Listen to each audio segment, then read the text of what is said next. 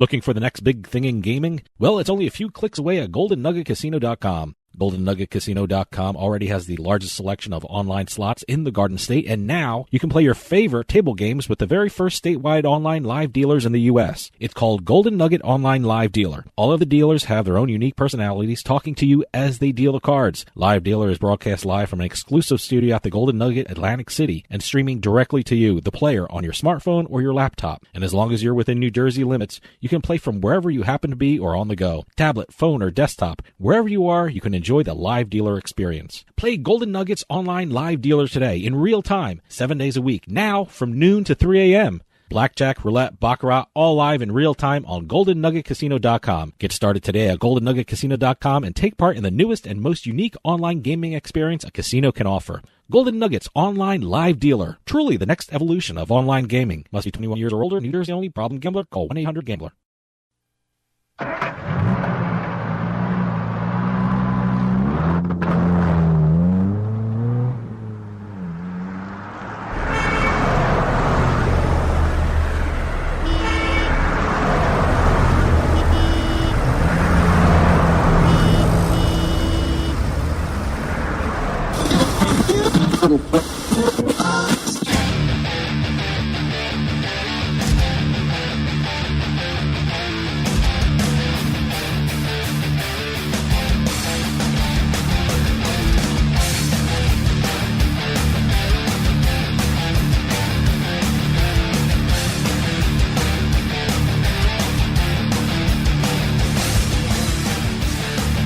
Welcome to another fun-filled hour of Turnpike Sports. I am Dave Weishuttle, joined every week by my co-host and producer, Doug Weishuttle. Doug, hey, how you doing? I am doing good as always. We've had a very busy week here. We've got a great NFL weekend, the final weekend. All the playoff spots are going to be set. We've got bowl games for the NCAA. And for this show, as always, we have our injury report, our Turnpike Sports Police Blotter. We've got Simon Chokoisky with his picks for the weekend. And you're going to be doing a very good interview coming up. A very interesting interview with a guy named Etan Ilfeld. He's a filmmaker, publisher, but more importantly, he's the chief organizer of something called the Mind Sports Olympiad, which is an amazing event held every year in London. It brings together all these cerebral and creative games. I mean, they range from everything to Monopoly to poker. I think he even told me dominoes. I don't know how cerebral that is, but it's very interesting. And he's also the inventor of a very, very cool activity called diving chess, which is absolutely spectacular to watch. And that's going to be coming up in the third part of the show. Absolutely. So everybody stick around to hear that. Etan's a very interesting guy, and what he's doing is very, very unique in the sports industry. Make sure everybody head on over to the Turnpike Sports Radio website, turnpikesportsradio.com. Take a look at the International Bikini Team Girl of the Week and order their calendar. Yeah, I just got mine this week. Thank you, Michelle Walls. She's the head person at the International Bikini Team. We should have her on pretty soon, by the way. They're only $10, and they're on sale. You just head on over to internationalbikini-team.org and go ahead and click on the calendar link there, and you'll see exactly how to go about and order them. Well, it's been a busy sports week, so let's jump onto the Turnpike. Exit 1. Are the statistics pointing to an all-Pennsylvania Super Bowl this year? Now, the Eagles and Steelers have both clinched first-round byes thanks to wins on their Christmas games. Last time the Eagles had a first-round bye was in 2004. They reached the Super Bowl. Everybody knows what happened there. They lost to the Patriots. Yeah, I think that's the game where allegedly McNabb threw up on the field. Well, he basically threw up the game, too, because they were winning to a certain down point. Down by 3, yep. And the Steelers also had first-round byes in the 2008 and 2010 seasons, and they reached the Super Bowl both times. And they're 1-1, They're right? 1-1. Here we have the Eagles and the Steelers both getting first-round byes again. This may mean a all-Pennsylvania Super Bowl. Well, I don't know. Yeah, of course, I'm not sure if Nick Foles has it in him, judging by the last game he played against Oakland. It was just a terrible performance by Nick Foles. And, the Eagles really lost something with the loss of Carson Wentz. This is how badly that win was. They won the game. They got to 13-2, but they dropped in the power rankings for ESPN. I mean, how do you do that? How do you win a game by 9 points, by the way? I know the last last touchdown was a throwaway. But how do you win a game, go 13-2, and still drop in the power rankings going into the playoffs? Because that offense under Foles in that last game here looked horrible. It was awful. It was awful. And by the way, the first question, are the statistics pointing to an all-Pennsylvania Super Bowl this year? Is that something you thought up, or is that an actual prop bet in Las Vegas? No, I don't know if that's a prop bet. I just sat here and I was coming up with topics. That would be very interesting to see if a sports book in Las Vegas actually had the odds of an all-Pennsylvania Super Bowl. So, hey, anyone out there, shoot us an email. Sure would be interesting to see an all-Pennsylvania Super Bowl. It would be. It'd be different. Good for Pennsylvania. It'd be nice to see somebody different in there, too. Well, it'd give another element to the game. Exit 2. The Las Vegas Golden Knights became the fastest team to win 20 games in their first year of existence. They're doing great. Took the Knights 31 games to get to 20 wins. It blew away the previous record, which was 35 games to get to 20 wins, held by the 1926-1927 New York Rangers. I would love to see footage of that. I don't even know if there would be footage of 26-27 New York Rangers. Before the Knights, it was the Rangers, and then after that was the 1967-68 Flyers, who needed 41 games to get 20 wins in their inaugural season.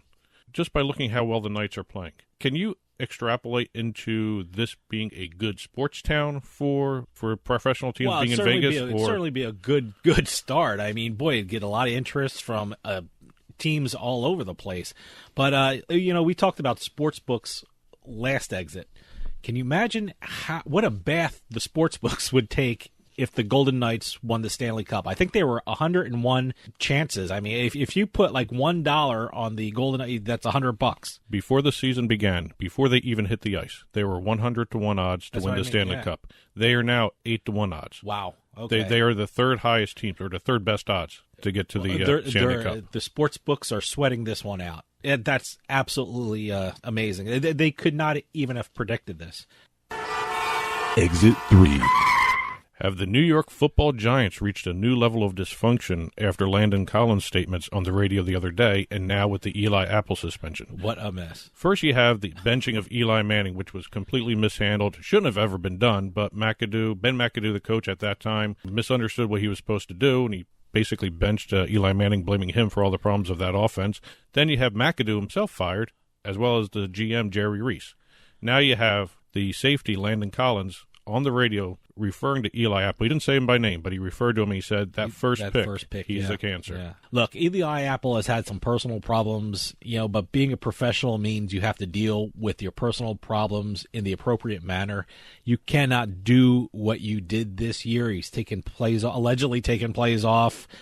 He's been a problem in the clubhouse. Now he's suspended for, I don't want to say attacking a coach. I mean, there was a confrontation where he had to be physically restrained. I believe the phrase, he took umbrage to whatever the coach was telling him. Yeah, well. He had to be restrained, so everything... Well, he should have showed that spunk on the field, if that's what he's... The problem is, the problems were off the field and in the locker room. Now they're basically slowly getting onto the field. Look, first off, they have no real head coach right now. So, it's a free-for-all. Collins is right. Collins, I'm sure he's sick of it. I'm sure he's seen everything. He has backed off and did apologize for this. That's what professionals do. He takes responsibility for his actions, and he moves on. I found this interesting fact about the Giants this year. Okay. Now that they've suspended Eli Apple for the final game, all three starting cornerbacks have all been suspended at some point this season. Wow. Yeah, I remember Cromartie got sent home from practice or something. More importantly, business-wise, this may relieve the Giants of having to pay Eli Apple some money in the future or some guaranteed money. So I know there's some clauses in his contract that could void it. That could void it or really put him in a bind with regard to seeing some money. Exit 4. We're going back over onto the ice with the NHL. Dallas Stars coach Ken Hitchcock became only the third coach in NHL history to win 100 games. Very good coach. 22-year career, 8 years at Dallas, 6 at St. Louis, and 4 years each at Columbus and Philadelphia. Yep. Before coming back to Dallas this year, where he won his 100th against a former 100-win coach, Joel Quenneville. I keep mispronouncing that name because I want to say Queenville, but it's Quenneville. Look, but I don't think. First off, neither of those two are catching Scotty Bowman. What is he, over 1,200 1,244 wins. I don't think. Well, he also had a 30-year career. Well, of course. I mean, you're talking 22-year career for Hitchcock, 21-year career for Quenneville, and 30-year career for Bowman. So they got a ways to catch Bowman, but they also got a couple more years to coach too. Yeah, that's true. That's true. We'll see how it all shakes out. All right, before we take a break, Doug, why don't you tell everyone how to reach the show? As always, you can contact Turnpike Sports by calling or texting us at 609-512-6510. That's 609-512-6510. That's the call or text line. Hit us up on Facebook or Twitter. Both of those are at Turnpike Sports. Or you can email the show at info@turnpikesportsradio.com. Stick around for more Turnpike Sports.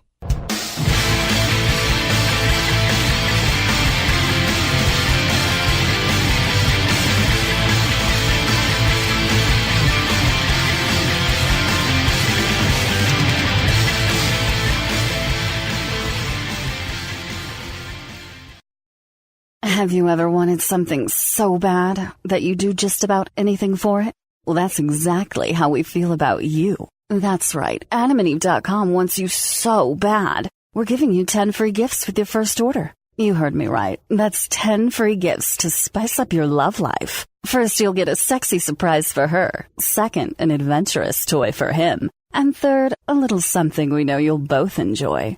Plus, you'll get 6 full-length adult movies on DVD. And number 10, free shipping on your entire order. That's 10 free gifts for you shy types who've never tried Adam and Eve before.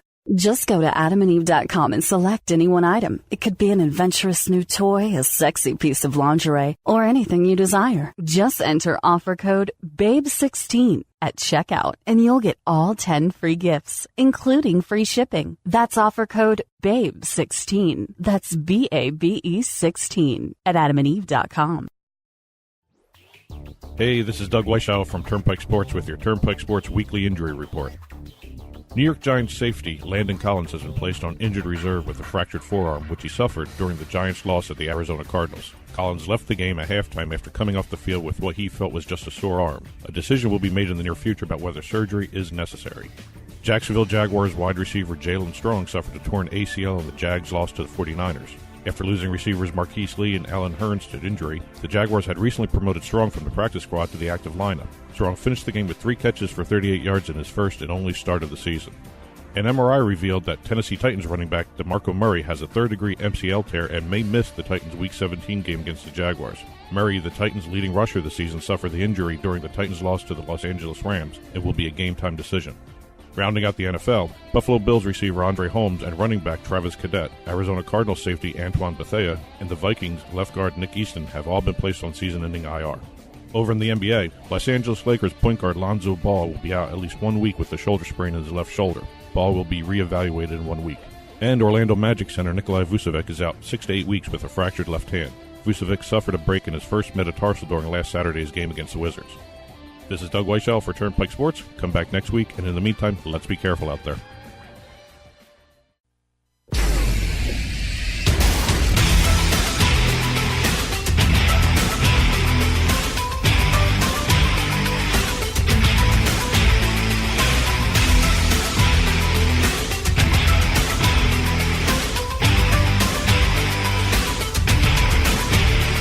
Welcome back, Turnpike Sports.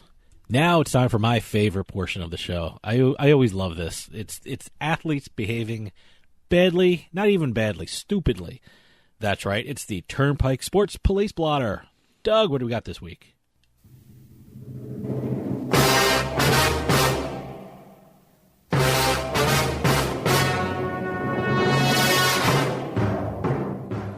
And as always, the Turnpike Sports Police Blotter is brought to you by Bean Genius. Have some of the best coffee in the country delivered right to your door each month when you subscribe to Bean Genius. And now get 10% off your subscription when you sign up at beangenius.com using our promo code PIKE, P-I-K-E, at checkout. Bean Genius, the smart specialty coffee subscription service. I love Bean Genius. Everybody loves coffee. Love me some Bean Genius. First up, we have University of Notre Dame football players. Really? Oh, boy. Wide receiver Kevin Steverson and running back C.J. Holmes were arrested for shoplifting. You know, what is it with shoplifting all of a sudden with college kids? You first UCLA basketball, now Notre Dame football? Well, they didn't do it right. Okay. Well, obviously, the other guys didn't do it right either. They got caught. Well, listen to this. Now, Steverson was arrested for allegedly shoplifting a $59 pair of Nautica sweatpants. And Holmes, allegedly, a $79 North Face coat. Okay. Now, I don't know if you can really say allegedly with Steverson anymore because he was arrested while wearing the sweatpants. Wow. I was wondering how he did it. Did he roll them up somewhere? He walked out of the store wearing them. You know, don't they have these tags that these... I don't even know what the hell they are. They're the plastic clips that blow off when you walk out the door. They have the chip in it that... the chip, yeah. It signals the shoplifting siren. Yeah, absolutely. Doesn't anyone know this anymore? Does anyone know this anymore? Obviously, Steverson did not. So he was picked up wearing the sweatpants. No charges.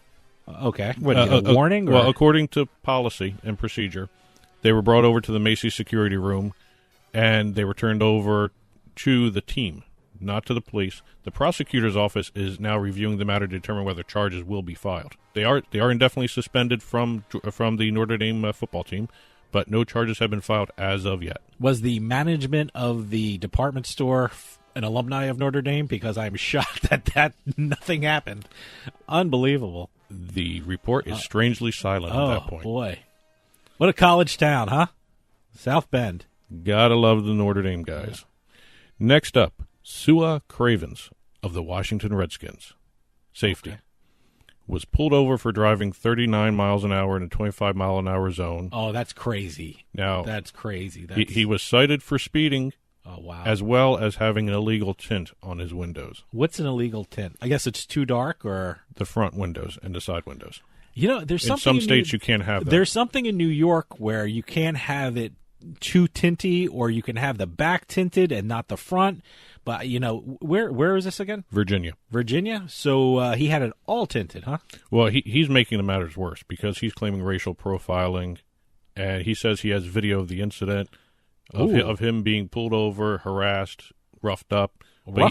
But he does not have video of the roughing up. He has video of the aftermath. Okay. I don't know if that means anything, the aftermath, but he's claiming racial profiling, and no word from the sheriff's department that was the cops that pulled him over. How could it be racial profiling if his car was so tinted the cop couldn't see what color he was? See the flaw in the logic there? So, okay. Interesting. See, I'm thinking like a defense attorney. Moving on to the next dumb criminal. All right. We have University of Georgia defensive back Latavius Brini. Brini. Brini. Okay. He was charged with first-degree forgery. Forgery? Wow. Brini is alleged to have used a fake $100 bill to buy $8 worth of merchandise at Pet Supplies Plus back in July. Pet supplies, huh? Wow. So he used. Wait. Is he charged with counterfeiting or forgery? I don't get the whole. Here's the other part of it. He also signed up for a rewards card.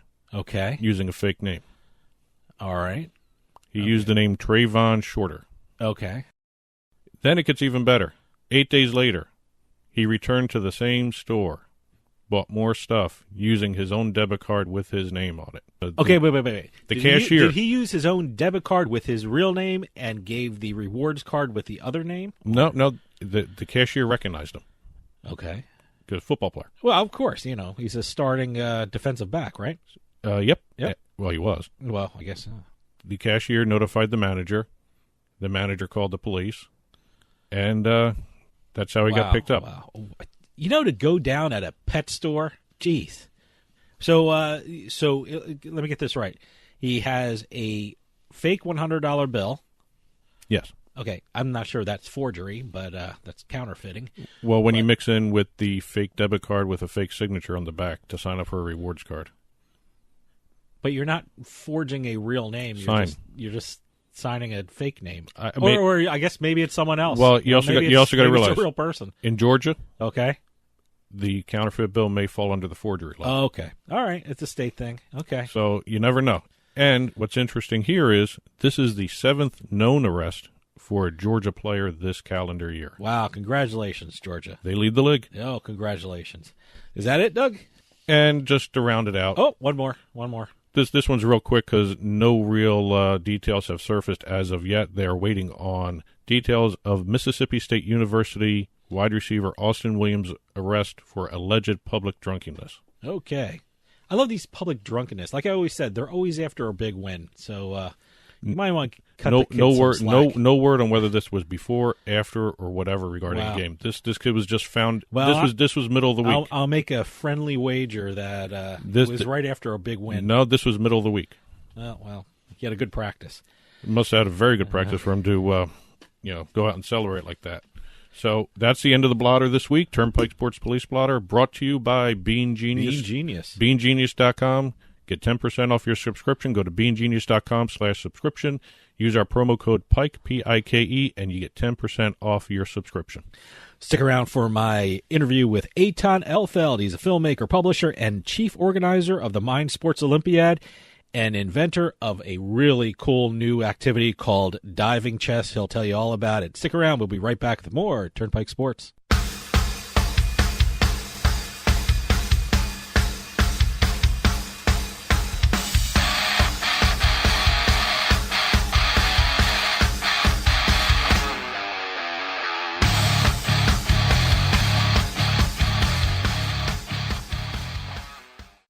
Well, the holiday season is upon us once again, and we all have a hard time deciding on the gifts to get our friends and families, right? Well, our friends at Bean Genius have made it easy for you. How? Coffee. That's right, give them the gift of coffee by ordering a gift subscription to Bean Genius. It's the perfect solution. Bean Genius sells freshly roasted coffee from some of the best independent coffee roasters in the country. They feature over 2,000 specialty coffee blends, all at your fingertips. And Bean Genius actually learns their individual customers' taste preferences and then suggests future coffee blends for them. Right now, you can send your loved ones a gift subscription to Bean Genius. Head on over to BeanGenius.com and click on the Gifts link. Then choose from 1 month, 3 months, 6 months, or a full year subscription. It's that simple. And now you can save 10% off your gift purchase with our promo code PIKE. So sit back, enjoy the holidays a little more, have a cup of coffee, and let Bean Genius take care of everything. And save a little money yourself by getting 10% off your Bean Genius gift subscription by using our promo code PIKE at checkout. Show your loved ones how much you care with a gift of coffee delivered right to their doorsteps with Bean Genius. That's BeanGenius.com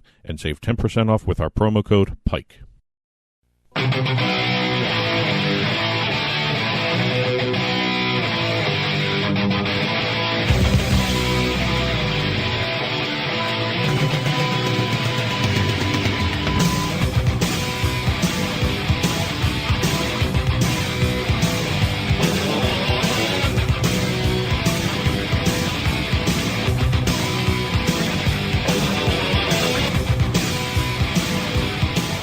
Welcome back, Turnpike Sports. We have an amazing guest coming up for you. You know, if you're like me, you grew up playing games like Monopoly, chess, even poker, and our next guest brings those games and many others together into one special event. His name is Etan Ilfeld. He's the chief organizer of the Mind Sports Olympiad, and he's also the inventor of something very cool called diving chess, as well as being a filmmaker and publisher. Etan, thanks for joining us. It's my pleasure. Thank you so much for having me on. I said to Doug before we came on, I think you're one of those guests that I have way too many questions for, but too little time for. But I want to start off with the Mind Sports Olympiad. When I first heard about the Mind Sports Olympiad, I thought it was an amazing idea. For those who don't know, tell us something about the Mind Sports Olympiad. Yeah, so it's a unique event that's been going on for just over 20 years. Pretty much every year in London, although it's been in other cities in the UK, and it has over 70 events, everything from poker to Scrabble to Monopoly to new Euro games like Settlers of Catan to classic games like chess and backgammon. And basically what's cool about it is, in addition to having some of the best games players in the world, we also have a really unique competition called the Pentamind. It sounds kind of like pantomime, but it's got nothing to do with pantomiming. Penta as in 5, like a pentagram, and then mind as in brain. And basically, the player who has the best 5 scores in 5 completely different disciplines becomes the Pentamind world champion. And so we're really looking for the very best games player in the world, and that means showing true mastery of more than one discipline. So every year we've got amazing players. In the last few years, actually, we had a former economics professor from Estonia who's won it, and he's now a professional poker champion. He figured out that he could actually make more money playing poker in person and online, and so he switched to that. And we've just got amazing games players.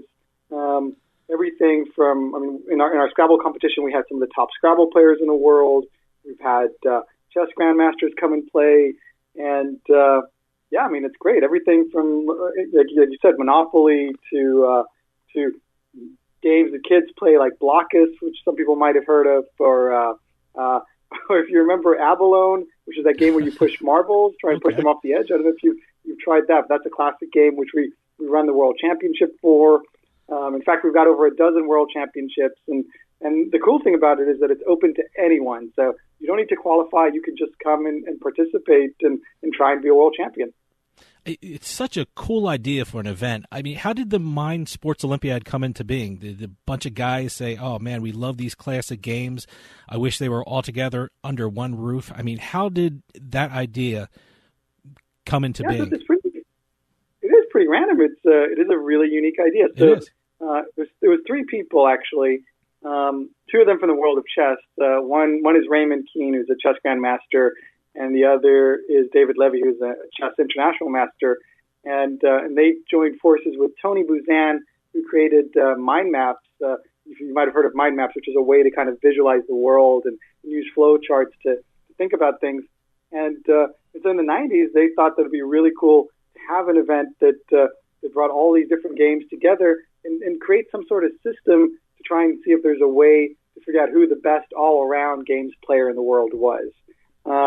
It was a very ambitious idea, and it's really amazing that they've created this thing that still keeps going and growing now. Mm-hmm. Now, the event is called the Mind Sport Olympiad.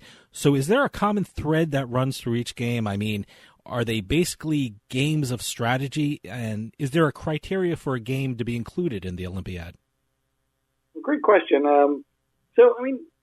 We try and include as many different types of games as possible, and we've got games inventors every year pitching new games. Obviously, having a game in the Olympiad gives a lot more recognition and prestige, and so we're always thinking about new games.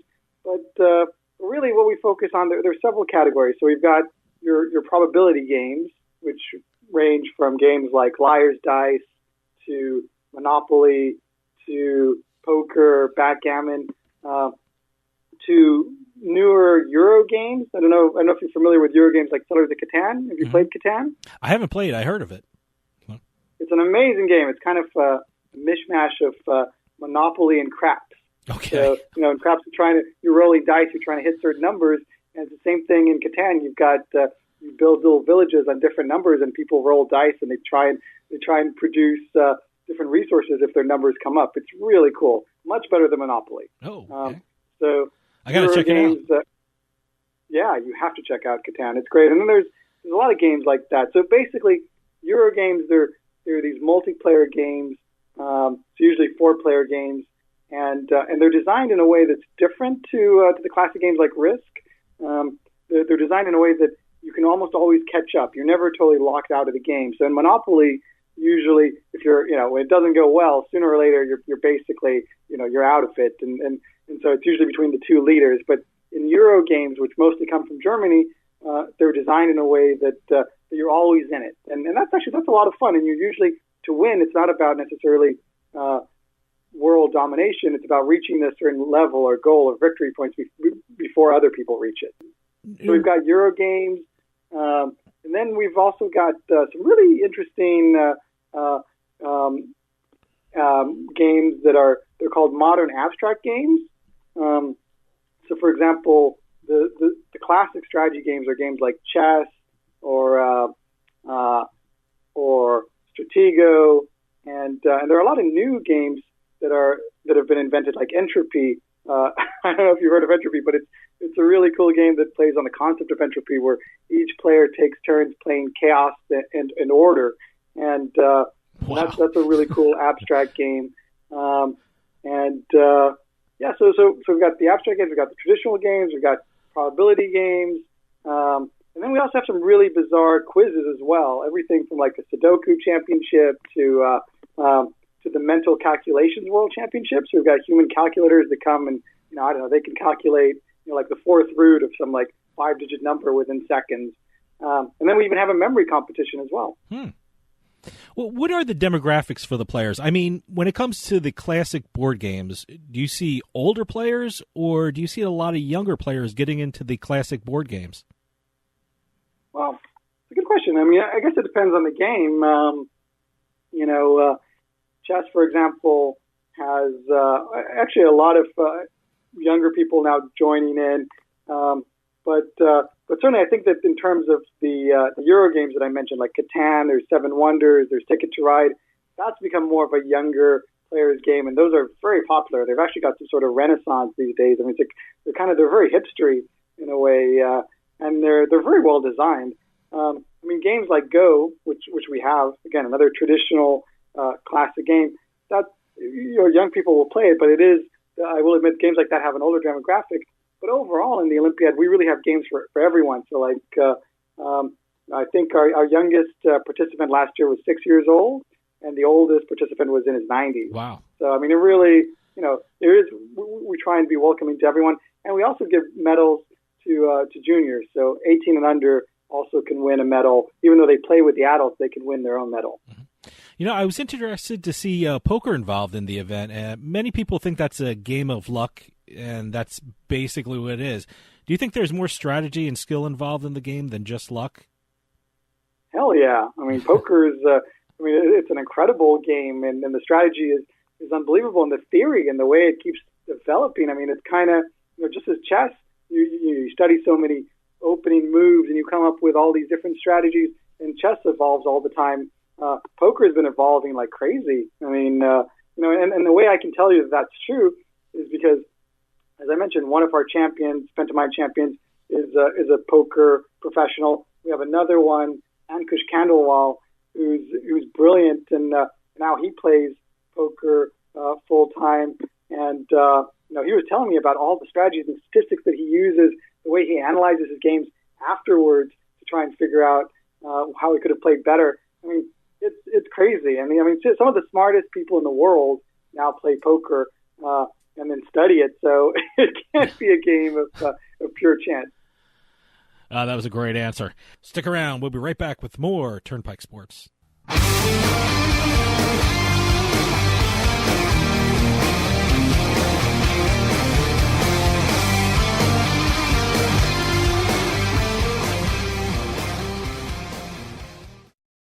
Hey, it's Dave from House of Cards. Now, I'm sure everyone has made some sort of New Year's resolution, whether it's to lose weight, work harder at the office, whatever. And we always seem to break them a few weeks into the year. Well, here's one resolution you need to make and keep.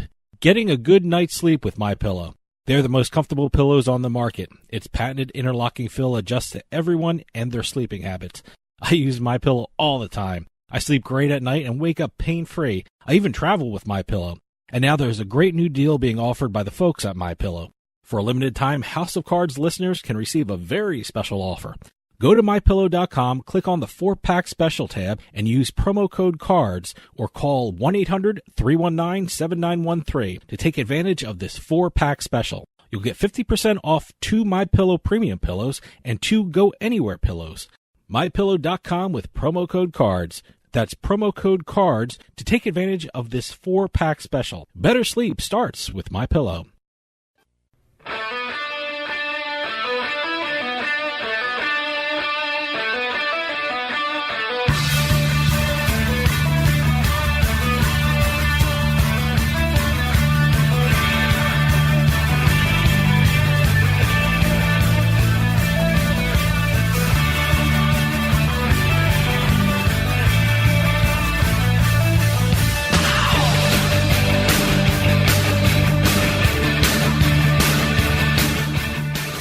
Welcome back to Turnpike Sports. For those of you just joining us, I am talking with Etan Ilfeld, poker player, producer, publisher, and the chief organizer of the Mind Sports Olympiad.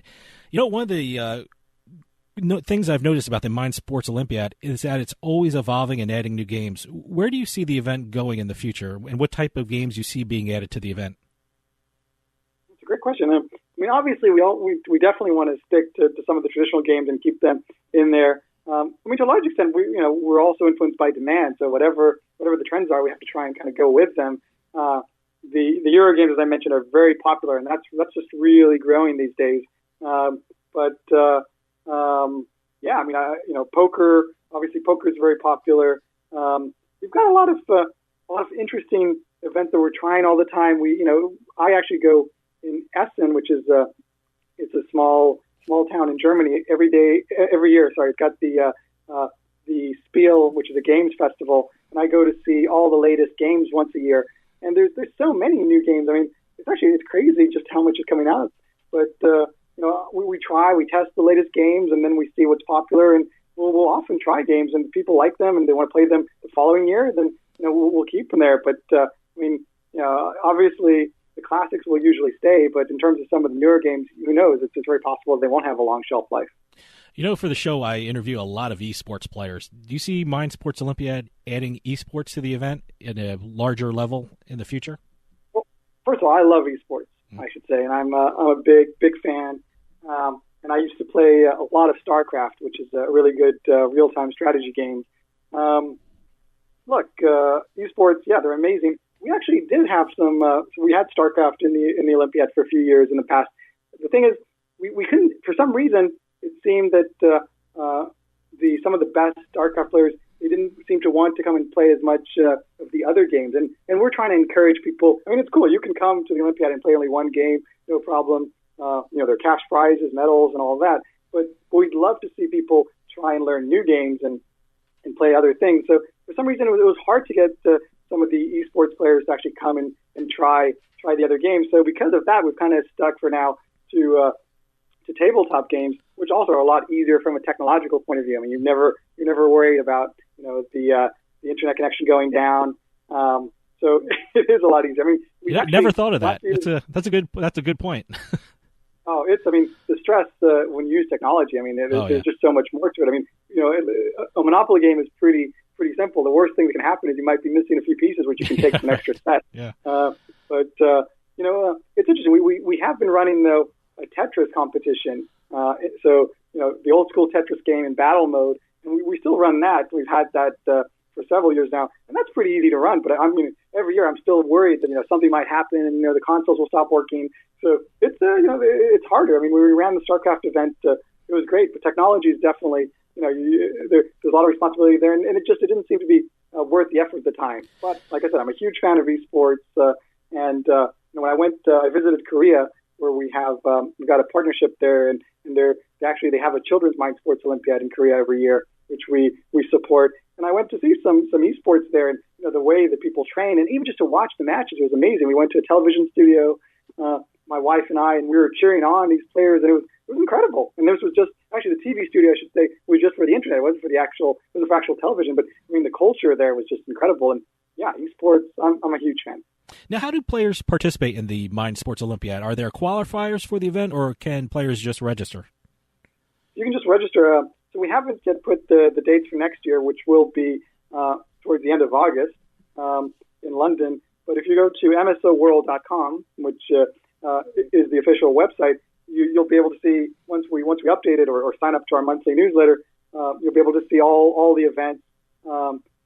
This year we had the tournament from the 20th to the 28th of August, and basically there's a lot. So the way we do it, we split it into 3 sessions a day. So there's a morning, afternoon, and evening session. Some events are double sessions, and there's always several events going on in parallel. So you can choose what you want to go into, and there's always something to play. We've got poker every evening, and backgammon pretty much every day. Games like I think I mentioned Go. We've also got some quirky games like let me see here. Oh, I'll tell you about a really bizarre event that we have. I think some people might find it amusing. We run the Creative Thinking World Championship. Okay. Which is kind of a strange one in a sense, but it's a sort of exam where you've got 4 rounds, 30 minutes each, where you get these open-ended questions, and whoever comes up with the most creative answers gets scored the highest for each round, and then the person with the best score overall wins. Obviously, you think that it might be a bit subjective, but we've actually found a really good way to score it, and it's been scored by the same guy, Bill Hartston, who's a brilliant journalist in the UK, and also a chess master, and that's a really fun event that we've been running every year. That's very interesting. And, I was reading. We even have games like dominoes. Oh.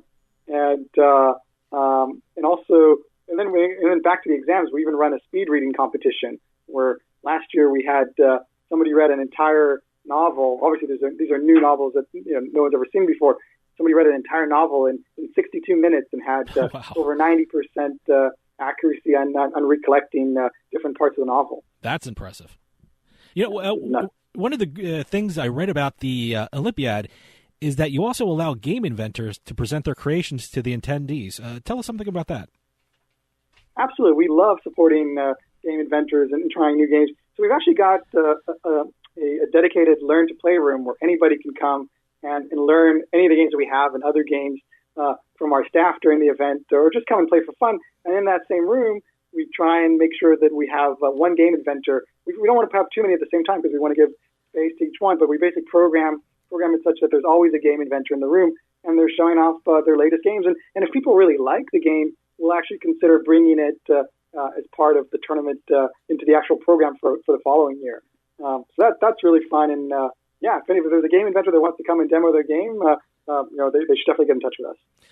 Well, you're also a game inventor yourself, and you invented a really great game called Diving Chess. What is Diving Chess, and how is it played? Sure. Well, it's not something that you can try in our Learn to Play room because it involves a swimming pool, so a bit more logistically challenging. So, basically, I love chess, and I thought, what could be an interesting way to play it without a chess clock? Because usually you play with a clock, either really fast time controls or slower time controls.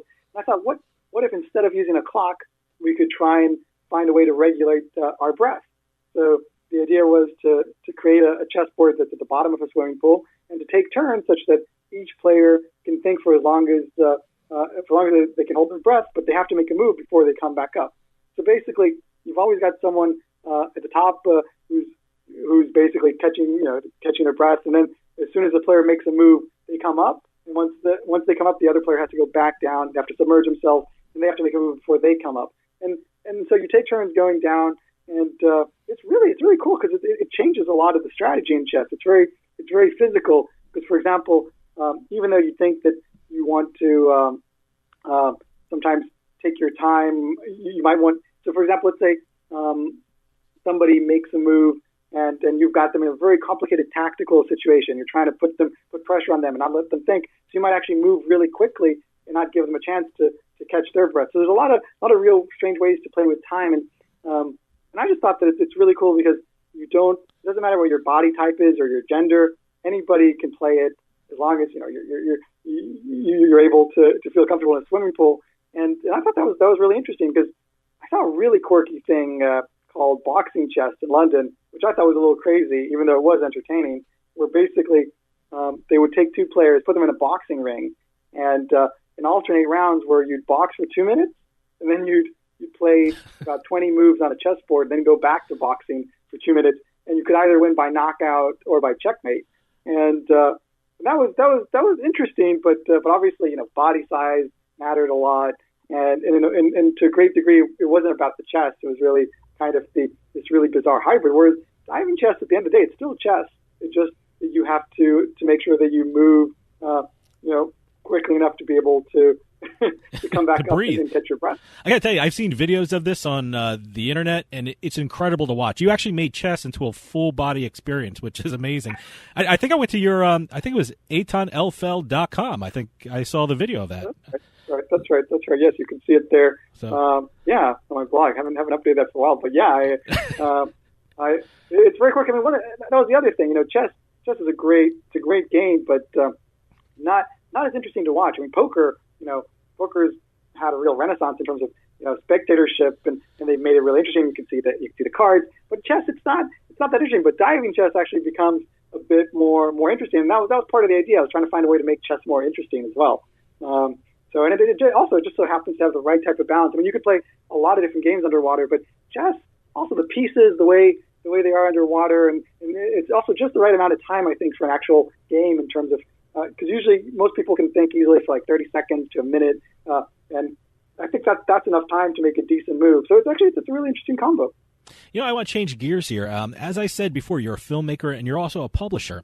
What are some of the projects you're working on right now? So we've got a really cool book that's going to come out in March, The Big Book of Poker. It's also from one of our champs that I met through the Mind Sports Olympiad, Dario De Toffoli. He's actually one of the best, I would say, games player in the world that specializes in games of chance.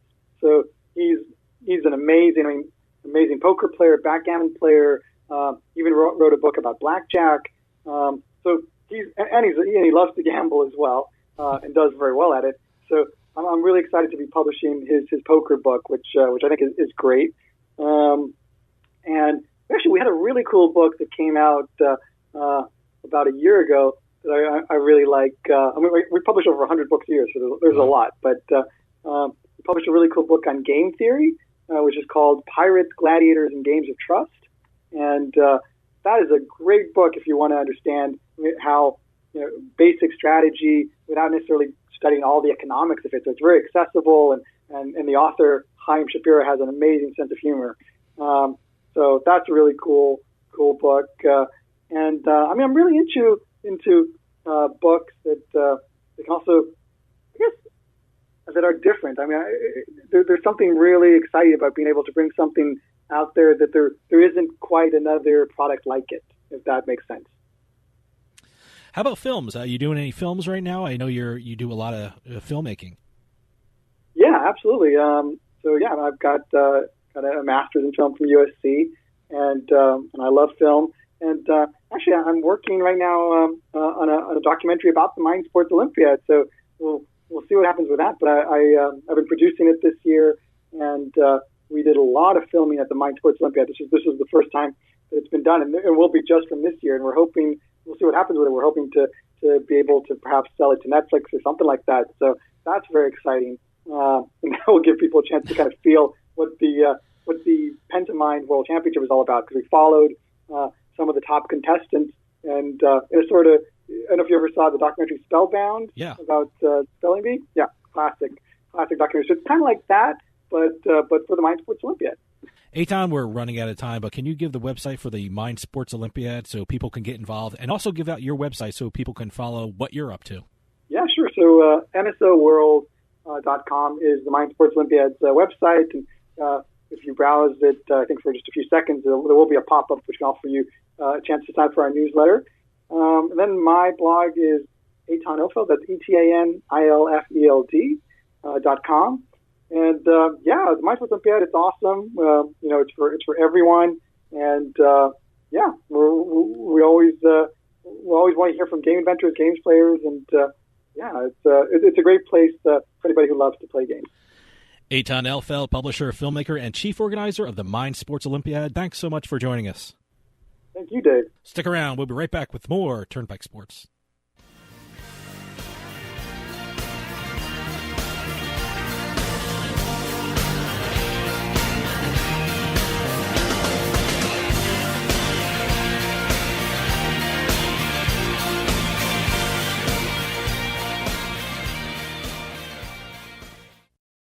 Hey, it's Dave from House of Cards. Now, I'm sure everyone has made some sort of New Year's resolution, whether it's to lose weight, work harder at the office, whatever. And we always seem to break them a few weeks into the year. Well, here's one resolution you need to make and keep. Getting a good night's sleep with MyPillow. They're the most comfortable pillows on the market. Its patented interlocking fill adjusts to everyone and their sleeping habits. I use MyPillow all the time. I sleep great at night and wake up pain-free. I even travel with MyPillow. And now there's a great new deal being offered by the folks at MyPillow. For a limited time, House of Cards listeners can receive a very special offer. Go to MyPillow.com, click on the 4-pack special tab, and use promo code CARDS or call 1-800-319-7913 to take advantage of this 4-pack special. You'll get 50% off 2 MyPillow premium pillows and 2 Go Anywhere pillows. MyPillow.com with promo code CARDS. That's promo code CARDS to take advantage of this 4-pack special. Better sleep starts with MyPillow. The following segment on Turnpike Sports is intended for entertainment purposes only. Please bet with your head, not over it. Problem gambler? Call 1-800-GAMBLER.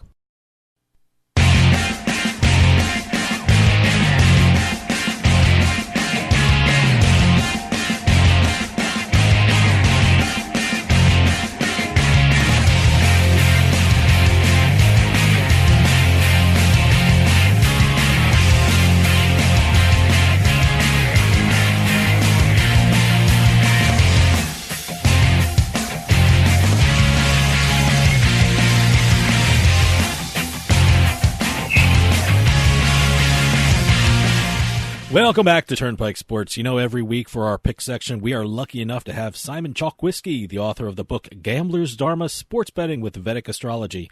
And be sure to check out Simon's website, spirittype.com. Simon, hey, how you doing? Hey, great. Thanks for having me back. Good to be here. Had a nice rest over the holidays. And, yes, happy holidays, yes. Yeah, same to you guys. And I hope you were both well rested as well. Very well rested. Welcome back, Simon. It's Doug here. Hey, Doug. Yeah, great to be here. And I've got a few picks for some of the bowl games that are happening in the next couple of days. So let's see how it goes. All right. Before we get to the picks, as always, let me remind the audience that Simon's picks will be up on the Turnpike Sports blog, turnpikesportsradio.com. Head on over there, click on the blog, and you'll see his picks up there for the weekend. Hey, Simon, before you start your picks, I just want to ask a question. Is there anything different when picking college games as opposed to professional games, or am I looking too deeply into it? It's another good question, and the short answer is no. So doing what I do, you can predict the spitting contest with your neighbor's kid or the Super Bowl. It doesn't matter. It's as long as there is a favorite and an underdog, and we know what time the event's happening, we can predict an outcome. See, the time thing for all these big events would throw me because they have such intricate pre-game things on the field. You know, you got planes flying over for these big games or bands playing before the big games. So I would think it'd be tough to pinpoint the time of a starting for these big games. It is tough. And so last night I looked at probably a dozen bowl games, and out of those, I've come up with only 4, and that's the main reason is because a lot of them, if it's 5 minutes this way or 5 minutes that way, it's going to make a difference. Hopefully the ones that I'm giving you are a little more immune to a time difference, so for example, the USC-Ohio State game, the Cotton Bowl, which is the first game that I'm going to talk about, if that game starts 10 minutes late, it's supposed to start at, I think it's 5:30 or 7:30, depends on your time zone. Actually, it's 8:30 p.m. Eastern, 5:30 West Coast. Okay, right. So 8:30 Eastern. So if it starts at 8:30, 8:33, 8:34, 8:35, 8:36, we're good. No problem. If it starts at 8:40, the kickoff, meaning the moment the guy kicks the ball, then there could be a problem. So we've built in a 10-minute buffer here. But, hopefully the planes will fly off. Hopefully they've factored that, taken that into account.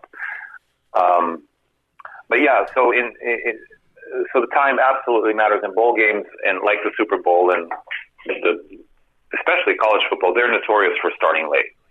Some band member strains an ankle, and now the band comes out late and whatnot. All kinds of stuff happens. Well, what if you don't like the network that it's on either? Does that affect anything? Sorry, I just had to ask that. Should I ask which network you have a beef with? I won't ask.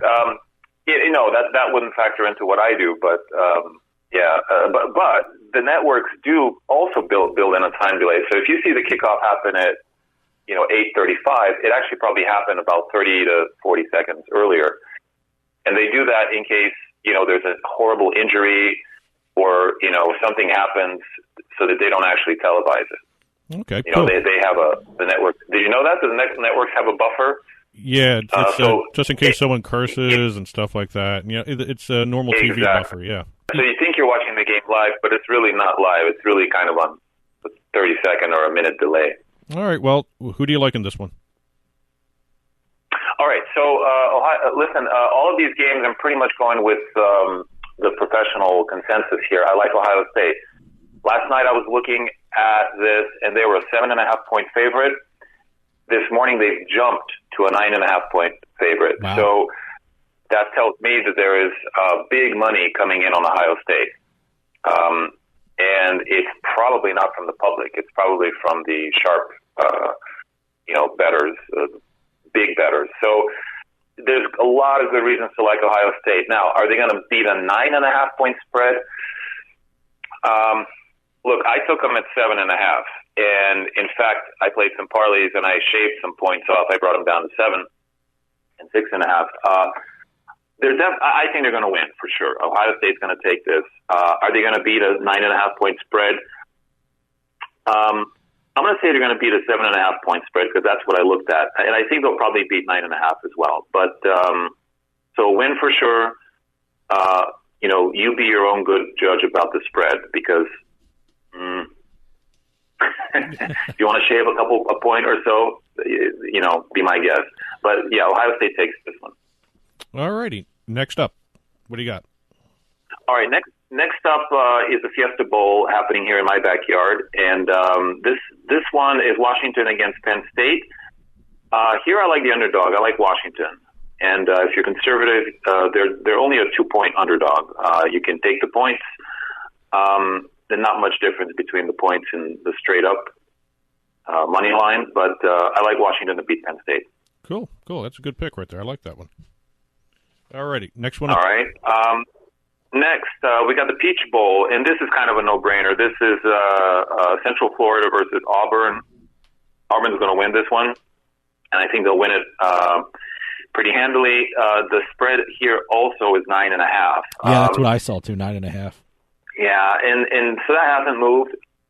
The way I'm playing this is in a parlay, and I'm just taking Auburn to win.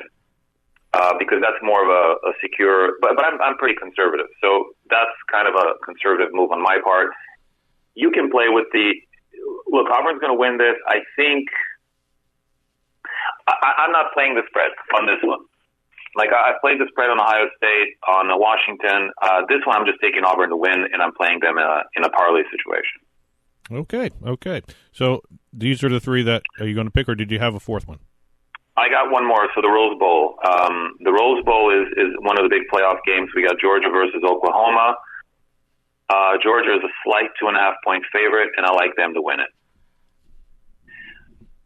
So if you take the spread, it's minus 115 at the moment at the site I'm looking at, and just to win, it's minus 140. So not a big difference. If you want to be secure, just play them to win. Georgia over Oklahoma in the Rose Bowl. Okay. Very cool. All right, so just to recap, we have the Cotton Bowl with you going with the favorite for Ohio State. Fiesta, you're going with the underdog, Washington. The Peach Bowl, you're going Auburn as the favorite. You're going with Auburn.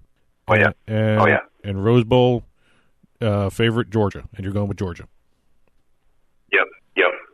And you said you. And I'm sorry, I don't have the. By the way, I just wanted to say your reaction when I said Auburn. You are very confident about that Auburn pick, aren't you? Well, yeah. I mean, they're a huge favorite also. Look, I'm confident about all of these picks.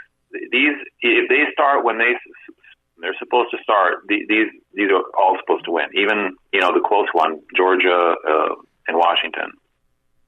I think they're pretty solid wins. But, yeah, Auburn should definitely win this. Cool. All righty. Well, just like I said before, Simon's picks will be up on the Turnpike Sports radio blog. Boy, if I could talk right today, it'd be great. But go to turnpikesportsradio.com, click on the blog button, and you'll see Simon's picks for these games, and just have fun with it. And I want to remind everyone to pick up the book Gambler's Dharma, Sports Betting with Vedic Astrology by Simon Chokoisky, and check out his website, spirittype.com. Simon, thanks a lot for coming on. All right, thanks. We'll be keeping our fingers crossed on New Year's Day. Great job, Simon. Happy New Year, by the way. Happy New Year to you guys. Take care. And that'll about do it for us. Happy New Year, and we'll see you next time on the Turnpike.